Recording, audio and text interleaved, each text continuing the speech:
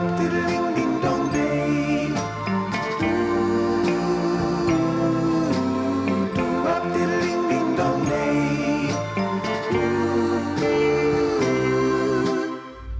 Ed, here we are. How are we, Ryan? I'm alright. Starting this new podcast. Yeah. What's it called? Beyond the Racecourse. Stop looking at camera. Can't help it, it's just there. So why have we started this podcast? So we're starting this podcast to try and show that there's another side to jockeys and racing other than racing itself, more a bit about our own lives as well. Yeah, well there's too much, all these podcasts are far too much geared towards like betting and Cheltenham training and all the, I'm nothing against all these big time jockeys, but it's all about the big guns and the big trainers and big owners. And I think we want to shine a light on the other side, the lower side, the people way down here. But they're the grassroots of racing. They're the ones that keep it going day in and day out. Yeah, but without your lower end of racing, there isn't any top end. No, the horses can't progress. That is definitely not enough support for that lower end. So yeah. Hopefully, if we can shine some light on it and show that there's some really cool people and really fun people, and just to show how hard everybody works. Yeah, look how hard you work. I mean, it's mental, isn't it? Well, some say I don't, some say I do. I don't know. Well, yeah, but it's true. Like a younger, at the lesser end, some of these top jockeys that don't have to go and ride out every day. No. They put in as many extra hours because they can just go to the races, ride horses, come home, have a nice wage from it. Others do have to graft. Well, I'll quote something that Brian Hughes said is paid to ride in the afternoon, not the mornings, and it's true. Yeah. No, if you're racing all the time as a top jockey, you don't want to be riding out in the mornings. You want to actually spend time with your family, rest. Like it's hard work. Activities. Yeah. But there's at the lower end. I mean, I'm paid to ride horses in the morning. Yeah, and I am, and I have to. Yeah, I think that the smaller yards don't have as many staff either. Like I know myself now, if I didn't ride out, some of the horses wouldn't get ridden, so it just has to be done. No, and that's coming from someone that's ridden Grand National winners, Cheltenham Festival winners, the big winners of Cheltenham. Excuse me. But no, it's true, and that's what you still at the end. You still got to put in them other hours, sort of thing. Yeah, it has to be done. Life's not actually slowing down as I get older. It's getting busier, to be honest. I think when I was younger, I probably rode out less and went racing more, and now it's kind of changed. I probably do more work at home and riding less.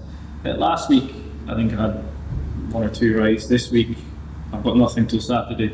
Yeah. It's desperate. There's a lot less horses and less trainers around than there was. It's getting a bit harder. Yeah, it is. I mean, I think some of that as well is calendar. Yeah. With the racing calendar the way it is. Debate that all day. Racing calendar's terrible, race planning's terrible. BHA needs bombed and started again. Quite honestly, well, it's true. And there's not one person within racing that wouldn't agree with that statement. But yet nothing ever gets done about it. Like everyone just gets on and keeps working. I think that's the thing within racing. It's full of people that just work their asses off. And like whether it's bad, good, or indifferent, people just keep working. But then and some people come out of the game and don't have anything to show for it. Yeah. Either. Yeah, I don't know, to be honest.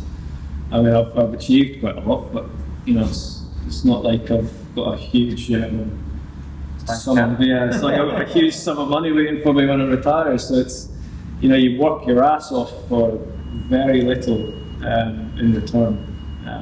But why? So you're still riding? What age are you now? 30 now. Yeah. 30 now. Forgive me for saying this. Still a claimer. But what is it that makes you keep riding? Do you know what, there's days I wake up from my window. Well, yeah, come on, like that. I generally straight answer. I enjoy riding horses. Yeah. So there's the point. We don't do it for the money. We do it for but it's an addiction. Yeah, I couldn't make without doing the other things I do on the side, like the dentistry side of things that I've picked up. And you could take a minute to plug your equine dentistry if you want. Nah, it's fine. Don't worry, I'm going to plug that just yet. Okay. But like the other things like riding out, and we've got a couple of ponies at home that we have turned around and sold, made other money like that, without doing things like that, I wouldn't be able just to make a living off of racing. No, And that's like the last 2-3 years. I've still had over 100 rides a season, which isn't bad. Obviously, it could be better, but it's not terrible. you know, I'm only hovering around the 200 rides mark, so it's it's actually not really enough when you add it up over the year. But as the point I was making, it is a pure addiction, and it's a love. Like, you do it because you love doing it, you love riding horses. Exactly. Yeah, you get very, it's worse, it's more addictive than any other drug, I'd say. Well, you know yourself, you stopped riding for a while. Right, I was retired for nearly 5 years. Yeah. And for the first 18 months to a year, 2 years, sorry, I didn't miss it at all. No. But I tried to find something else that would, scratch that itch, and I didn't find a single thing that gave you the adrenaline rush and the thrill of riding the racehorse in a race. So, now that I came back, like, I'm in no hurry to give up. I want to go as long as possible. You've been back riding for probably nearly 6 years now, since like 2019. And the hunger's still there. The enthusiasm to ride horses is still there. The one thing that I will struggle with moving forward is if I don't have good horses to ride. Yeah. 'Cause I don't mind riding the lesser horses, but you still have to have that good one that keeps you even just up. one, just that one to look forward to. That's like, you're in the good races and things like that. And hopefully you've stumbled across one now. Is a dedicated hero? Yeah, dedicated hero we have. Still don't know how good he is. No. We'll get on to him later. But yeah, you need your. Because you have, even through recent years, you've had that one star horse that's kind of kept you in there, that Midnight Shadow, Vintage Clouds, Empire Steel, Yeah. Benson. There's been a host of them. Come along just at the right time to keep that. Just when I came out of retirement, they all just popped up, and they were great. And there's been quite a fair few, but now I'm just a little bit short of just that. Bit of fire. Something rated over 140. Like very proper horses. And as I say, I'm not dissing the lesser ones. I don't. There's a lot of horses rated under 100 that I really like, but you want. They're your bread and butter, aren't you? Yeah. But you need your bigger winners. You need your bigger race days. Yeah. And that's what drives me forward. And like, I always think I ride better in a good race than I do in a not 100. I don't know why. It's just the mentality, but I certainly feel more comfortable in a big race. So that's what you want to be doing. It's fair enough, isn't it? Like, we all want them better horses. Yeah, and I've been very fortunate to have had them. So I definitely don't take that for granted. No. It's not everybody gets a chance. No, I've been lucky the last 2 years. I've managed to steal a ride at Cheltenham and Aintree this year. I don't think so. But that's the same thing. It's just, I've stumbled across one horse every time that's managed to keep me going and put me into some big races, which is quite cool. Like £5 claim to ride in a Grade 1 Aintree last year. It was massive. What are they doing like you? What can I say? One of the best. Did you pay them? I should have. I should have indeed. Yeah. Oh well. So what's been going on this week in racing? You look like you're prepared, or you're not. Well, I took a few notes. I didn't want to look like too much more of a moon than what I already am. So I don't know. Like, it was. I thought it was quite interesting. The Grade 2 novice chase at Kempton that Paul Nichols won. Harry Cobden set out with clear intentions. He made the run. I don't know if you watched the race. No. Like we're supposed to see professional jockeys. Well, got to get them running already. That is, isn't it? Yeah, I didn't know what we're talking about. I haven't told him in a week. Wait a minute, racing news, good rides, bad rides, not talking Well, if you want about bad rides, we can flash back to the Musselburgh ride, Why do you want to talk about Musselburgh? just ride the boots, and then Quinlan ride the boots with me again. Shock. How did you ride the boots with me? You were behind me. What? Good times, bad times. I pulled up. Exactly. Saying it. So this is it. So you think you beat me? Yeah. And I pulled up. Yeah. If you beat, Did I finish in front of you? Yeah. So did Well, everyone so I else. beat you. So did everyone else. Still beat you. Oh God. Well, I'm not going to live this down. Go on then. You want what? Do you want to tell the story about me getting beat at short head, or am I? You get beat short head. Yeah, I got beat at short head by your boss. By Johnny. Yes, you did. Yeah. Well, actually, you came in and you blamed Brian Hughes. It was Brian Hughes' fault. You know that. So how come Johnny didn't? So I got to the front, had Johnny really beat because his horse had been headed and stopped. Brian Hughes was staying on in third place and pushed Johnny on, and he got up and beat me. That is what happened. So I was absolutely gutted. So it's a horse called Garapathy, and of all the horses we've got, he deserves to win because he's been everywhere. He started at Willie Mullins, and he's come over and he's running a lot of good races. He used to be rated 140 something, and now he's down to like 110. He's kind of lost his way. He did, yeah. That was his first time he ran properly for us, and to just get beat on the line was soul destroying. But let me tell you, he thinks he's won. He's been absolutely bouncing at home since. So, if he takes a bit of confidence, that's all he needs is a bit of confidence. So hopefully, don't tell me I couldn't get back to Finland. He did me as well. Well, yeah, I'll probably give it a bad ride, you'd say. Probably. Like all the time he does. No, remember what I told you? Yeah, you told me I look stylish for once. Yeah. So There's a first for everything. I might just be getting there. Steak is wild. Steady on. I'm not sure I'd ever tell give you that compliment. And I just thought, I thought you looked alright. Give it a chance anyway, that's all you can do, No, I did play well. To be fair, Quinlan's about to retire, and he's still as good as ever. Like he really is.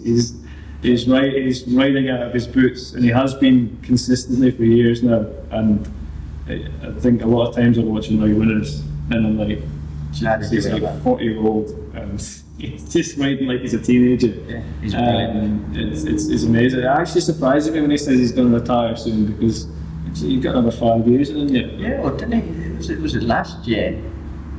He probably had his best season, or was it the season before? Yeah, like two seasons before maybe, but yeah, I just think he's just getting, I say, probably not getting better, but he's just been so consistently good for years and doesn't show any signs of slowing down. So, and if I do find it, so I know him and his wife have got training and things, but it does surprise me that he would stop.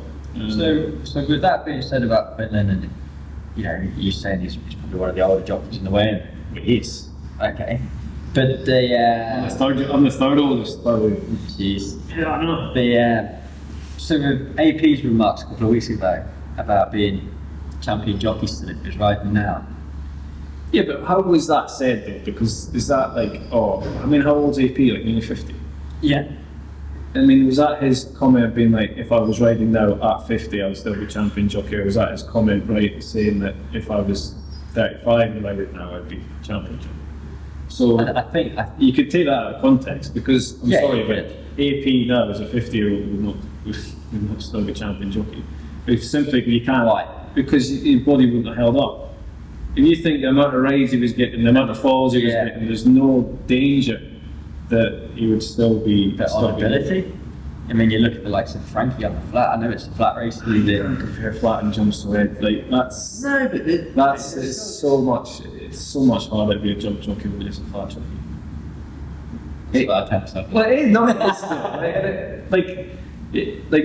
I take their kind of racing's completely different fitness to ours. Like, if I was to ride in the flat, I'd be bollocks. But they don't take falls in the slaps, and they're ultimately not traipsing through the mud in the winter and 3-mile chases. Like it's a lot easier in that sense. So you can't really compare. Like you get good longevity out of flat jockeys. Jump jockeys rarely go over 40. So there has to be a reason for that. So I know it depends what way you want to take AP's comments. I mean, he's arguably the best jockey we've seen certainly in our generation. numerically anyway.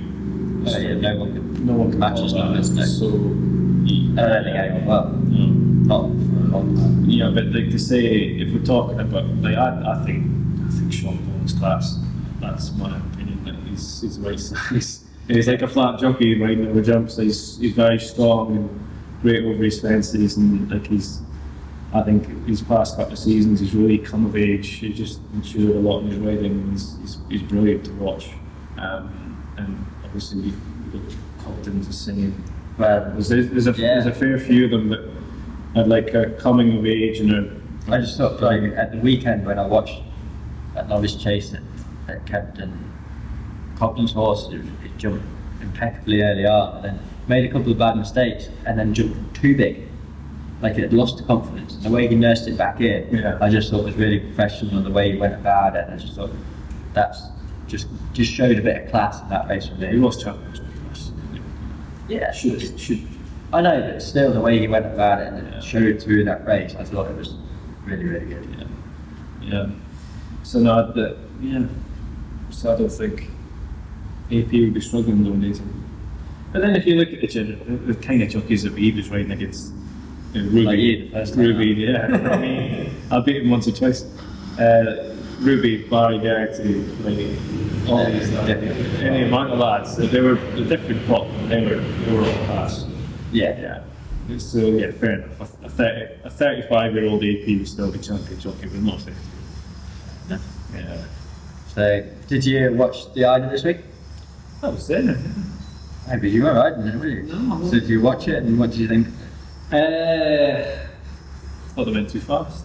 I felt I wrote down them went fast. Yeah, for I thought they did. they often find this in all these nationals, 4-mile chases, they go far too fast early on, but they did slow up, and can't help but say it was probably a handicap job that won it. It was probably well handicapped. Well, he went away and did it as well. It ran away. I won it a few years ago, again on a well handicapped mare, and she did much the same. Won it easy. That was Christian winning, Yeah, wasn't it? with my rings about and Yeah. hacked up in the Scottish National after that. So you've got to, if you've got something well handicapped in these races, it makes a huge difference. But yeah, boy gave it a good ride. So I was just watching it, thinking I was glad not to be riding it. To be honest, Too many miles. too many horses going too fast, over 4 miles now. So, yeah, I'm too old for that. But you would have ridden it if you got it right. No, I would. Wouldn't you? Wish you wouldn't say no to ride, would you? No, I don't. On anything. I'll take what I can get. So what else have you been up to this week? Like, away from racing, let's leave racing aside. Oh God. What's happened? Annie's birthday? Yeah, we can't talk about that. Was it dirty night away in the hotel? Okay, we'll leave that for another day. Yeah, there's not much. To be honest, that's a really boring segment because there's really not much been going on. It's just work, isn't it? Yeah. Nothing to report about my life in the slightest. It's not helpful for this podcast beyond So, racing. I haven't been doing anything. I played football at the weekend, so that was good. Just for the viewers at home, it's really bad at football. No, I'm not. Better than mine. No, you're definitely not. You Well, got, the score, you yeah. got man of the match last time we played together in the same team. I think it was rigged out, wasn't it? Was it? Yeah. Possibly it was rigged. But that's all that's happened for me. Yeah, see, I've been playing football. But like I that's my one get out of racing. yeah, football. Yeah, whether I watch football on the telly or go and play on a Saturday, if I'm not riding, that's my one get out. I'd actually love to be playing rugby. Oh, you used to play a lot of rugby? Yeah, I played a lot of rugby. I love it, but I'd be too scared to get hurt these days. If I get hurt playing rugby and can't go racing, there's going to be some pretty angry people. You can deal with it angry Sunday. Yeah, no. Exactly. So no, it's a shame that just have to do it. When I retire at 40, I'll just start playing rugby again. Will you? Is that what you Absolutely. do? No, it's not at all. When you're 40, I'd kill myself. You could do like, yeah, but you could do walking rugby or something. Oh God, Can you? What are you going to do? Dressing like other cyclists? No. Absolutely. Well then, you'll have to find something. It's a good point. What do you do when you're retired? I don't know. As I said, I've tried to You don't find. play golf, do you? No, some people play Yeah, golf. but that's not going to give you the buzz of racing. As I said, I've tried to find something that gives you the buzz of racing. Nothing does. I don't know. That'd be an interesting question for AP. We will get any of them. What do you do? What do you do? Because they had the buzz at the next level, like winning the champion winners every year. And how the hell did they replace that? It's a good question. Good question. Maybe we have to get one. Yeah, I'm sure they'll come on when we see how riveting this chat is. God, you're so fun, Yeah. Oh well. Yeah. So sadly, Michael Sullivan yeah. passed away. Yeah. Very sadly. Tough 3 weeks from racing. It has. No, I didn't. I never spoke to him. You know, I didn't know him at all. I didn't. But there's been plenty of people say he was a great guy. He all clearly was. And a talent. Very Right. talented. Very talented. So instead of sitting here saying, "Oh, he was a great guy and he was this and that," but I'd be lying. You don't know him. Absolutely. It's truly tragic. However, if I talk about it from a selfish point of view, how it made us feel, you know, 'cause Yeah. you know, people have talked about how it was with him, how he was, and things, but it definitely made me think, what am I doing? It did me, like it wasn't so much, it was driving to the races and I was listening to another podcast, that's a racing podcast. How dare you? I know. And it was on their podcast and it made me think when I went to the races, like it's so, what we do is actually dangerous. And like from what we were saying earlier, we do it for the love of riding horses, but the danger aspect of it is actually very real. It made it real for me. So it was Musselburgh. Yeah. Went after it. It was for me. Yeah.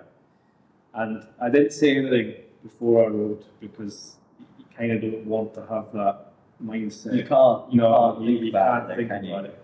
But what I did do afterwards, I remember saying to Henry Brook, I just said quietly after I'd ridden this, wasn't sure how I was feeling coming here today, thinking, you know, like what could happen, because we all know it can happen. Yeah. But because it doesn't really happen and you don't really see it. And you think you're invincible and you think, oh, it'll not happen to me. And I think that made me realise that it could. Yeah, and you can't think about it. No, and so The second you do think about it, it's the second you've got to stop. And so I spoke to Henry Brook about it, and he said pretty much the same.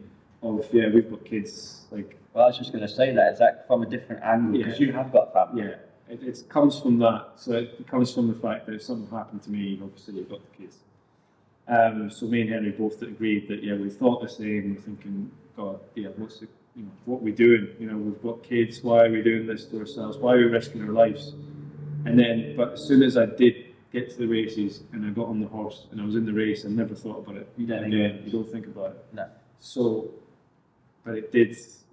That's one thing I took away from it. And the one thing that scared me a little bit, I suppose, was how real it can be and how real it is. And how cruel it can be. Yeah.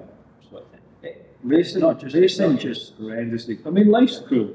Yeah, The things that go on in life, but this is our community. This is our lifestyle. It's not like you're doing this for something that you enjoy and get pleasure out of. Yeah. It is. Theoretically, go and ride a horse. It's when you see someone die tragically with another sport or wherever it is, it doesn't affect you the same way this does, because this is our job, this is our lifestyle. And I think we are very close knit within the way you have your pals and a certain set group that you probably hang out with outside of racing as well. But when things like that happen, the whole weighing does come together. If you think of the atmosphere in the weighing room, we might not all like each other. We might not all be going out for pints with each other, but we all respect each other. Yeah. There's always respect, and so when something bad happens to one of us, like everyone's there. Everyone pulls together. Everyone pulls together. So yeah, it's been a weird week, but anyway, thoughts to his family and friends. Yeah. It's sad, but I suppose we keep on kicking. I suppose. Well, That's what we exactly. have to do. I suppose then all you can do as well is just look forward. Yeah, You know, that's all you can do in anything. yeah. There's no point looking backwards. But if you're looking forward, The river keeps running, doesn't it? well, it does. No, It doesn't run dry. it doesn't flow backwards. So, looking forward, this weekend's coming up with Kelso Morebattle. Have you got any nice rides at Kelso going forward? I have. Have you got any rides? I don't know. I'll be on the phone with that agent telling him to pull his finger out. I don't know what I tell him all the time anyway. Look, I was lucky enough to win Morebattle Hurdle a couple of years ago. 2 years ago, 3 years ago. Benson? Yeah, 2 years ago. 2 years ago. Which was great. It really was. But we haven't got anything yet this year. No. But we have got dedicated hero that we mentioned earlier that he goes for the Premier Hurdle. Yeah. So he won a Grade 2 hero last time and he's going for the Grade 2 this time. But he is great. Like he's won that 3 times at Kelso. Are you going to keep hold of your stick this time? Well, We all know it. And I don't when you throw it away in the Grade 2. What's wrong with this? I'm not a jockey that uses his stick very often, so I'm all arms and legs. I tend not to, I wouldn't be too worried about that. And look, I'll try and keep hold, but don't get me wrong, I will try, but I can't make any promises. But yeah, he's got great Kelso form, so hopefully he just wants his race. He's going to have a penalty because he's won a Grade 2. Well, I could take 5 off him if you want. Like. I think the chances of that are highly unlikely, to be fair. I mean, Sandy, give me a ring. Yeah, you give him a ring. You could offer 20 grand. I think he still wouldn't let you ride it. Oh, cheers, mate. He probably would take 20 grand Yeah, maybe. and drop me off on the morning. Yeah. But hopefully. Well, that's all I've got. One ride at Kelso. I didn't have a ride at Kelso the last meeting, and Not the last meeting is. I think if we talk about the fixture list quickly, because the last 2 meetings at Kelso, like the last meeting and this meeting, is full of good races, and for the local trainers, it doesn't work. cater for No. you know. They had small fields at the last meeting because of that, And because the races are too good, and it shouldn't be a criticism because they put the prize money on the good races, but we haven't got the horses and the trainers to sustain it up here. So I mean, when you look at the Premier Chase, which is this weekend as well, which you won an Empire Steel, I think when I looked through, there's one Northern horse. Listen to us. That was it. You know, it's only 6 entries. You got people like Dan Skelton coming up for a race like that with Grey Dawn in a nice. I always say I wish they'd stay away, but in this case, if they didn't come, there'd be no runners. So No, that's it. it's because we often, it's not like the northern horses go down the south to try and steal all their prize money when they have big meetings on. Yeah. But it just shows we haven't got the horses, we haven't got the firepower, and as I say, if they didn't come, there'd be no runners. No, look, it's good to see the likes of Nicky Henderson and Ollie Murphy and Dan Skelton bringing horses up north as well. That's not when they beat you. They don't always. They do often. Do it. More often than not, they do. But why is that then? Because better horses. It's Just as better simple. It's as simple as that. They're not better jockeys. No. No, they are. You look at the amount of horses they have, the amount of money they spend. If I'm using myself and Sandy Thompson as an example, you'd never buy anything for more than 40 grand, and they're spending $500,000, $1 million on jumpers. Like it's a completely different level. Whilst that doesn't guarantee success, No. they're doing it consistently. They're not just buying one for that amount of money; they're buying 10 or 20. And one of them will work. And one of them will work, and one of them ends up being a superstar. So it's just a different level. But it's good for, like, you know, them horses to come up to the north for people that go, the publicity that goes racing, to see them horses. It's good to get people to the races. Yeah, they might not be able to go down to Cheltenham Festival to see some of these horses. But, you know, I see Roko's in as well. That's probably going to go to the Gone National. That'll be his prep run for the national. Yeah, so but some people that, you know, Kelso locals that go regularly won't be going down to Aintree to watch. So to see them also in the flesh, it's good for that kind of thing. It's important to note actually that Kelso crowd are generally very knowledgeable, horsey crowd. They love going to the races. It's not, a lot of race courses where it's literally just, there's loads of people there, but they don't even watch the races. Whereas Kelso, the crowd loves it. So for them to see some Gold Cup Grand National horses is great. They really will properly appreciate it. So yeah, it's good. It's good they come up, but it's not good that they come. It has a balance both ways. Yeah, because equally, I think if they put on 6 races over 0 to 100s, them trainers possibly don't come up, but they're full fields. Yeah, because there's that quality of horse in the north that we can full fields there. I mean, it's nice when they come up and you beat them. I remember I beat Protector around Kelso. They won Protector around Kelso, and I beat them in the Empire Steel. Are you sure about that? You can look that. Because I think it was Lamilos. You beat him as well. Okay, I didn't know. Protector, man. I didn't know Empire Do you want to have a look at that? No. I remember you beating Lamilos, and that just won a Hennessy, or formerly known as the Hennessy. Well, he was on his prep run for the national as well. Yeah. But it was Lamilos in the Premier Chase. It was Protector or something else. It could have been then, Yeah, something. But no, because I actually thought you would beat that day going down the back on the Empire Steel. I was. Great was a great. That's right, That's isn't it? It's just one of those. You Never die attitude. APS. APS. As a one man, you couldn't compare me to AP McCoy. God. So it's good to. I love it. You're English. I don't know why I'm saying this to you, but it's like the. Oh, I don't like Kelso Racecourse. No. I never have any. I'm not talking about Kelso. I'm talking about the English coming up to beat us. We send them homers to think again, don't we? It's in the national anthem. I don't think that. I remember watching rugby at the weekend. Our producer will appreciate this. But I remember watching rugby at the weekend. Maybe you could play it in the voiceover on the Did you watch podcast. rugby at the weekend? Yeah, of course I watched it. It was good, wasn't it? Yeah, we should have won. Yeah, but We literally gifted it to you. England were terrible. But you could have won it right at the end. Huh? I don't. Yeah, we could have. Yeah, but But if you didn't have a sweaty sock, you would have scored that. Poor wouldn't you? Finn Russell was still concussed from the previous game. I don't know who that is, mate. Honestly, Oh God. don't follow rugby. Yeah, you just prefer football, which is a Greatest bunch of overpaid sissies kicking a ball. What's that saying? That rugby is 80 minutes of trying to pretend you're not hurt, and football's 90 minutes of pretending you are. That's not about right. right. Yeah, that is about right. That is absolutely spot on. I just remember singing in the pub if you hadn't had a sweaty sock and would have scored. Who's got a sweaty sock? That's sweaty Scots. Jones. That's not from. It's really not. What's from me in the pub once? Why are you even watching it? You don't like rugby. I thought I was hoping they were going to have the football. Yeah, I wouldn't sit and watch a I went football in, match. I was hoping they were going to have Villa Chelsea on. Then that was there, and I was so disappointed. Yeah, that was a bad day. I was sat in a hotel with the wife watching the rugby instead of doing husband and wife things, and we got beat. Gosh, she made you feel better afterwards. No,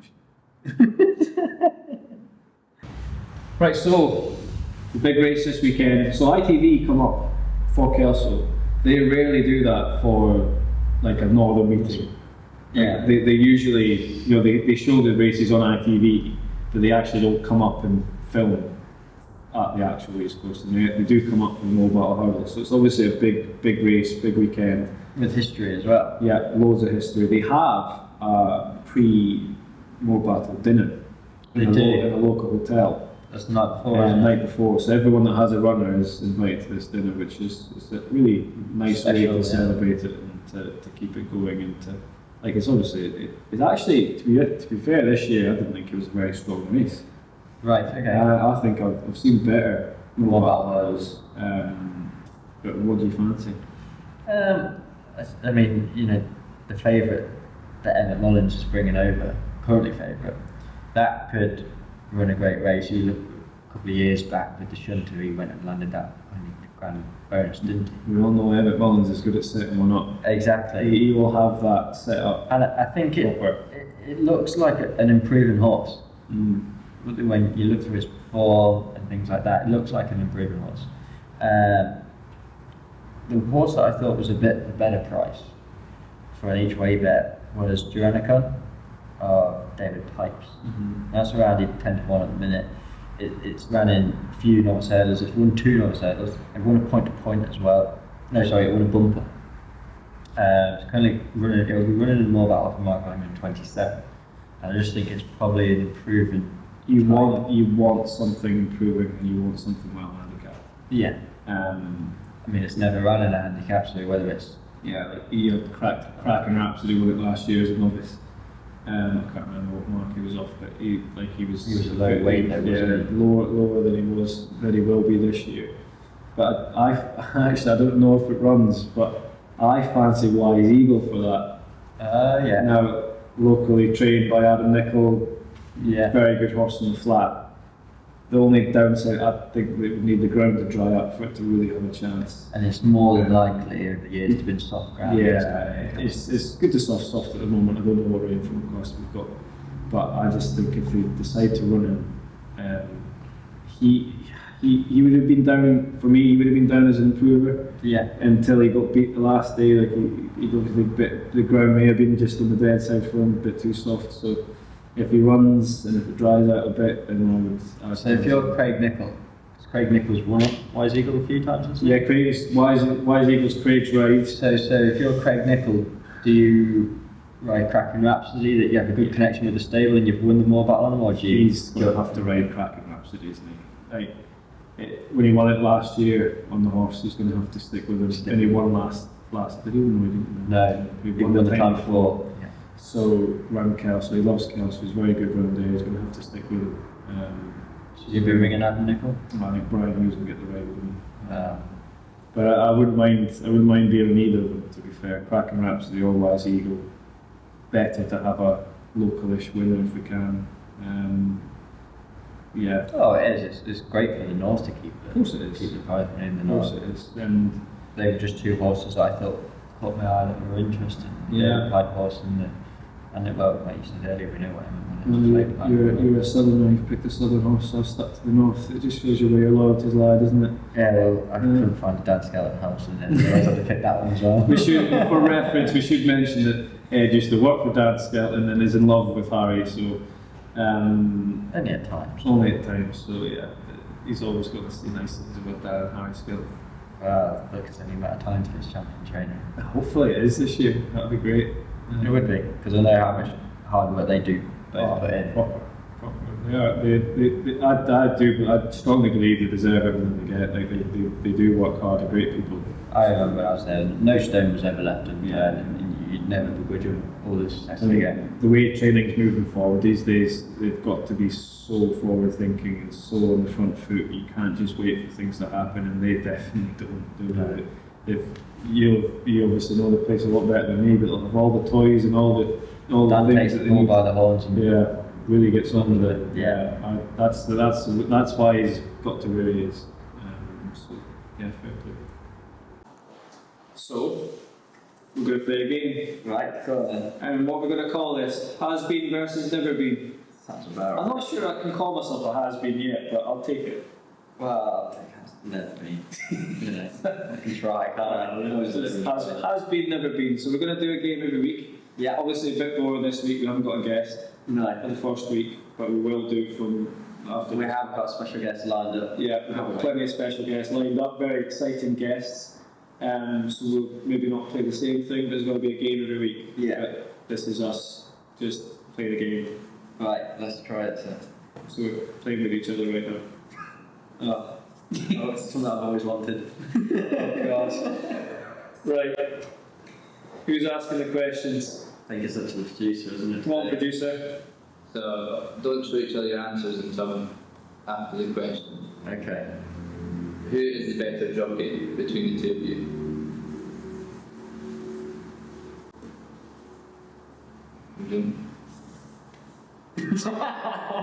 That's right. We said the same thing. That counts. That counts. Me? Me? As if you said that. Oh, I am. See, this is a terrible game. This is a terrible idea.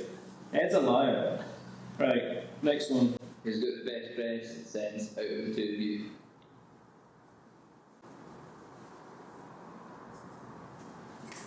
I mean, we're fairly accurate. Yeah. You know what? We love ourselves. I That's said what it we're trying to say. I said it to the producer before when you came in. I said, "Oh, he's not got his chinos and his brown shoes on." Well, I nearly did, and then I could have nearly predicted what and then I wanted to be more like less stressed. when you see on the podcast, it's pretty casual and pretty, you know, and then I saw you with the shuffle on, and I was like, actually, just put mine on. Well, I thought you'd. I think you were a little bit overdressed, actually. All right. Right. Okay. Get undressed if you want. Please don't do that. Good for the viewers. No, people wouldn't want to watch that. Right, come on, next. Who's the best northern jockey at the minute? Ooh. I think we're going to have different opinions on this as well. Oh. I think he's probably. Danny Matt, I'm I sorry. think he's going to be. No, I'm sorry. I think he's going to be. I'm sorry. I just think at the minute, No. Brendan's so strong and. Yeah, go on, tell me your reasons. I think Danny Mac will be. No, I'm not asking that. What's Quinlan? Why is Quinlan better than Danny Mac? I just think he's unbelievably strong in the finish, and he can win a race from the back of the last, or he can win a race out of the country as well. And for me, I just think he's an all-round best jockey in the north for me. Yeah, I don't. And we have champion jockeys in the north as well, in Brian, and that takes nothing away from Juicy, because he's equally as good. But for me, I just worry that he's just going to watch this and hate you. right, he probably does already, yeah. Okay. But I just think the way Quinn rides, I kind of look up to the way he rides as well. Yeah. With that longer leg, I just think he's. I don't disagree with you at all. Like I agree with what you're saying. I just think Danny Mac's brilliant, and I suppose I'm thinking, you know, the future. Yeah. You know, like he could easily be. It's a big shout for another Northern champion jockey, but he's certainly good enough. And I just think he's he'd be a really hard guy to fall out with. Oh, he's brilliant. Class. Like I know that one of my downsides, certainly in my career, is that like you manage to fall out with an owner or trainer or whatever, just because I can be too honest sometimes, too opinionated. Yeah. Danny Mac's not like that. He just gets off, says thank you, and you know keeps everybody happy, and he very rarely gets it wrong. So he's definitely one for He's I think I say he's the best just because of his age and his future. Right. Next. Who has the worst haircut in the dressing room? I know who used to, but I don't know about now. I know who used to that have changed it. Do you know what's worth mentioning? Firstly, let's keep our answers to the Northern Waiting Room. Yeah. Because when you see these segments done on other social media platforms, there's too much talk about the Southern jockeys. So we can't say Nico now then? No, we can't. Right. Let's just keep this Northern. Right. Let's just highlight the Northern racing fraternity. I class them as an northern jockey, but they used to have a terrible haircut. I thought. No, you don't tell me before you write it down. No, but they've changed it now, so you can't write it down. I'm going to spell that. I can't think of one that's got a real bad haircut now, so I've gone with who I thought had a bad haircut. Craig. Really? Yeah. So I got Craig Nichol because he's growing a Mohican or whatever you want to call it. I don't know what you call it, but he's doing it. And I'm not even sure it's Like bad. a mullet or something? Yeah, mullet. Sorry, not Mohican. Mullet. So that's how, that's major dad life. Sorry. So it's like a mullet. And I don't even think it looks bad, but it's just a bit out there. So, Like most of us are all pretty plain, and he's just gone a bit out there. so I went for Ben Smith. Yeah, but why? Because he used to have. Oh, he had a top knot. He did. He used to have a top knot. Yeah, I'll give you that one. And I thought, oh, it was terrible. But now he's changed his hair. Yeah, but I told And he's a him. really nice kid. Yeah. He did have a top knot at one point, didn't he? I told him before he even had his first ride, I said, you need to get rid of that, you can't come into the weighing room with a top knot. And he didn't get rid of it, but he got abused so much when he first came into the weighing room, he has got rid of it. So it's all gone. Fair enough. Best win so far in the season for Northern Horse? Best win for a Northern Horse. Crikey. I've had too much racing.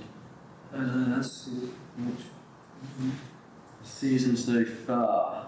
It's got to be. I can't think. Northern Horse. Oh, I can think of what big races this is if went down south. No. Right, so you're just gonna pay me to say this.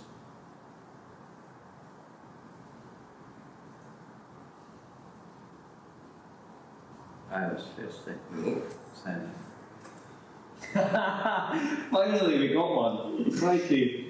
Thought that was never going to happen. Oh, that's cringy. So dedicated hero. Same as you. So we both agree that dedicated hero, simply because we probably don't watch enough not racing to think about anything else. Benneker's won a great. Yeah, but I don't think there hasn't been any Northern Horses won a better race in a Grade 2, I don't think. Not that I can think of. They've maybe won some big handicaps, but not an actual graded race. No, I don't think. I think you're right. Yeah. So we'll take that. The best horse you've ever sat on?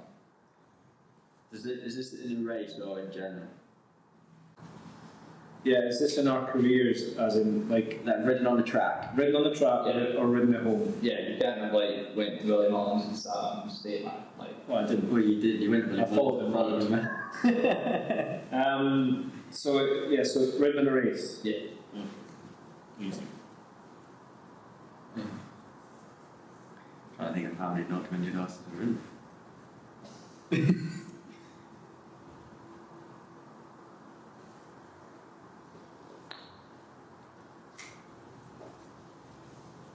Oh. Sorry, I can't pick one. I picked one bit. Probably not the most sentimental to me. Hang on, But it's probably can I just bring something up?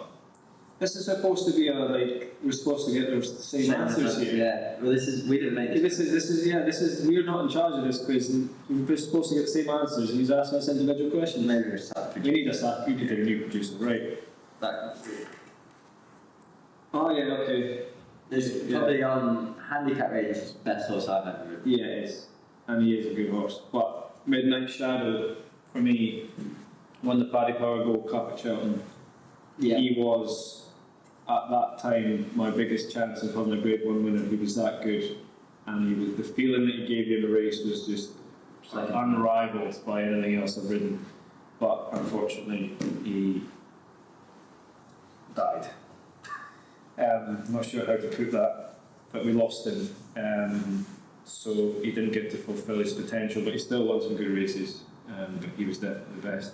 And York Hill, famous horse for Willie Mullins, Grade 1 winner a few times, and we got him in his elder life and won the rehearsal in Newcastle. Yeah. So whilst he didn't give me the same feeling that he would have done years before, he's still, from what he'd done in his life, he's still one of the best I've ever ridden. And you put them above some other pretty famous horses that you've ridden, obviously a Roy's Encore. Yeah, but He's a grand- still Roy's Encore. Vintage Clouds. Yeah, Vintage Clouds, but only when he won at Cheltenham, he was electric. He was amazing, but when he wasn't on song, he wasn't nice. No. And Aurora's Encore wasn't actually a good horse. It wasn't a handicap. Yeah, it was a handicapper. Whereas he would never win the national now, not in a million years. But that's because it's probably too. You probably need more Gold Cup horses. Yeah, he's a Grade 1 horse to win the Grand National now. Yeah. And yeah, Aurora's Encore medal. I suppose he was a graded horse, but he was just a very good handicap. Who's the best chat in the win? Chat. Don't say Brian Hughes, that'd be a lie.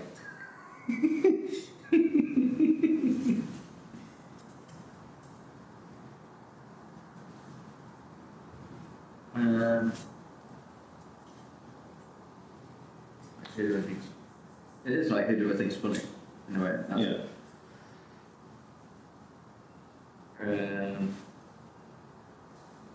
Yeah. Okay, yeah, that was a toss up. I put Craig Nichol because he is just funny. He's from Hoyk, the funny people. They talk so fast. They do. But I was a toss-up between him and Chapman because I put Chapman. Ross Chapman's very funny as well. Like, yeah, the place is always very quiet when he's not there. Yeah. But yeah, both very funny. Both make the days go by quicker. Both up for a laugh. Both up for a laugh. Both good footballers. Yeah, better than you. Sorry.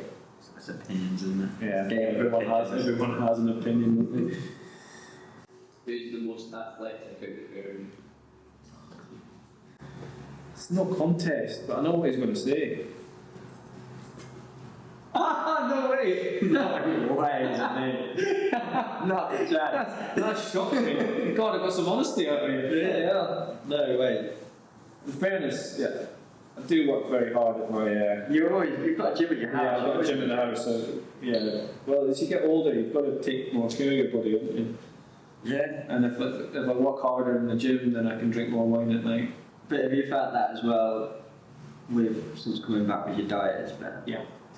Diet's better, fitness is better. Well, before I retired, there was none of this going to the gym stuff. You just go out for a run, and the diet was kind of like just don't eat. And so now it's a balanced diet and exercise. It's a lot more professional. And that's a good place to put our sponsors in. You've got a chill tub from them as well, haven't you? Yeah. Chill tub aids me in recovery and keeps my mental health from boiling over. Well, there we go. Yeah, advanced hot tubs and spas. Yeah, great. Like, I remember a couple of weeks ago you told me I was a pussy if I didn't get in it. Can't say that word on the podcast now. Useful earlier. Yeah, you don't like them, do you? No, I don't. You're cold. You need a set of balls to get them within. Like, well, mine disappeared. I got out. Well, they do disappear, but they're like, honestly, has been life changing. Like an ice bath, chill tub, whatever you want to call it. Like the way, especially because I'm older, the way that it's helped me recover, and the strange thing is the way it's helped me sleep. Yeah. You see, if you've had a long drive and a long day, and sometimes you can be overtired and you can't sleep. I'm like that. Yeah, you go to bed and you're like, ding. You go for 3 minutes in the ice bath, and you go to bed and you're out like a light. Yeah. You would think that it would wake you up, but it doesn't. It puts you to sleep. So, no, honestly, great bit of kit, and I'm forever thankful to Advanced Hot Tubs and Spas for giving me one. One day on the podcast, you might get me one. I think that's a great idea. I think we should do a challenge. One day. We should ask you these questions while you're in the ice bath. Yeah, quick fire questions in the ice bath. That's a great idea. Cover that. Game over. Game over. I think I won. I usually beat you. No, I don't think so. I think I would. I'd fancy my chances. Well, maybe we'll have to take it to the studio room for another week. Yeah, well, you're not usually involved in the finishing of the race and have to go into the studio room.